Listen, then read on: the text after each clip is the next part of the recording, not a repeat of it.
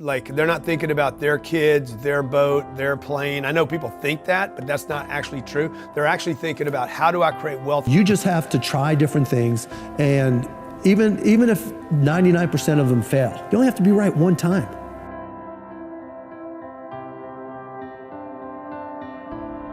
Different people have different ways they invest, but they tend to be more focused on the long-term appreciation of an asset rather than give me money this second. And I think they're not stuck in this get-rich-quick thing. They're more like, yeah, I'd rather have wealth tomorrow than rich today. And they do have a distinction between the rich and the wealthy. You know, the super wealthy are looking to create wealth beyond their own means and needs. Like, they're not thinking about their kids, their boat, their plane. I know people think that, but that's not actually true. They're actually thinking about, how do I create wealth for a lot of people? Amazon's got 1 million employees. Yeah. Now, most of them only earn minimum wage, but there's some people at the upper level of Amazon that are making fortunes. I remember asking my dad, I wanted new basketball shoes because I was a basketball junkie back then. He's like, well, your shoes work. If you want a new pair of tennis shoes, you have to go out there and get a job. And I'm like, Dad, I'm 12 years old, and it just so happens he was playing poker with his buddies, and one of his buddies was like, well, I got a job for you. I'm like, okay. And it was when I was selling them and realizing that I liked to sell and that I could sell, and that I recognized that selling was about providing a service and creating value for people, that I knew that I would literally, back then, I knew that I could always succeed. I remember I was 16, I think, when I started a stamp company and started going to stamp shows and trade shows and just working a little bit harder than other people and trading up from one stamp to the next. I remember one time I started with a quarter and bought a stamp and left with $50, thinking, hey, if I could do this, I could do anything. And it's not that everything worked. I failed a lot, but I never ever felt like I wouldn't be able to work hard enough to succeed. Being young and trying things, you're so naive and you don't know any better.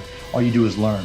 And if you fail, it doesn't matter. And so whether I was 9, 10, 12, 16, 21, the failures were irrelevant. And whether you're 9, 12, 16, 21, 22, 24, I'm sleeping on the couch. I have a car with a hole in the floorboard. I'm living like a bum and like a student. And so what did I have to lose? And so I think that influenced me as much as anything. So, my dad was like, go for it. Why not? What have you got to lose? You have to sleep on a different couch. So I think that was motivation. I always did everything back-ass halfwards. I like to challenge myself, and went to Mount Lebanon High School in Pittsburgh, and I wanted to take business classes my junior year. Only they didn't offer any business classes, and so I decided I'd take some college business classes. But University of Pittsburgh didn't offer any real business classes either. So I said, I'm going to challenge myself, and so I took a couple night classes at the University of Pittsburgh my junior year in high school. Did well in them and wasn't really challenged all that much at all.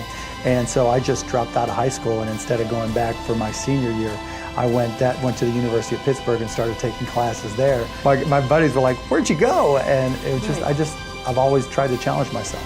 You just have to try different things, and even if 99% of them fail, you only have to be right one time. You don't have to figure it all out in advance. You can be wrong, you could pick the wrong career, you can pick the wrong job, you can pick the wrong spouse, you can pick the wrong whatever. But you get it right one time, you're set.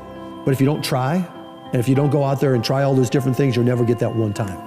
And so it's not a question of, okay, how much different stuff do I do, or how many different things should you try? Try them all. Try them all until you find the one you like. And then it's like, it gets really easy, because even when shit's up, you're on a mission. You're loving what you do, and then it gets easy. And so that's just the approach I've always tried to instill in people who work for me and myself. I didn't have as many personal relationships as I probably would have liked. I put personal relationships aside. I had girlfriends where it was like me or your business, and I was like, what was your name again?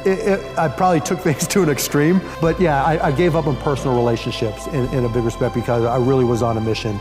And once I realized I was going, so when I sold my first company, I bought a lifetime pass on American Airlines, And my goal was just to party with like a rock star in as many countries with as many people as I possibly could. Then I went back and got involved in the streaming business. And I remember sitting there and telling, we had probably 10 employees, saying, look, the streaming thing I think is going to be really big, and so we really have to focus. And there's going to be some sacrifices. And if you're willing to make those sacrifices, let's go.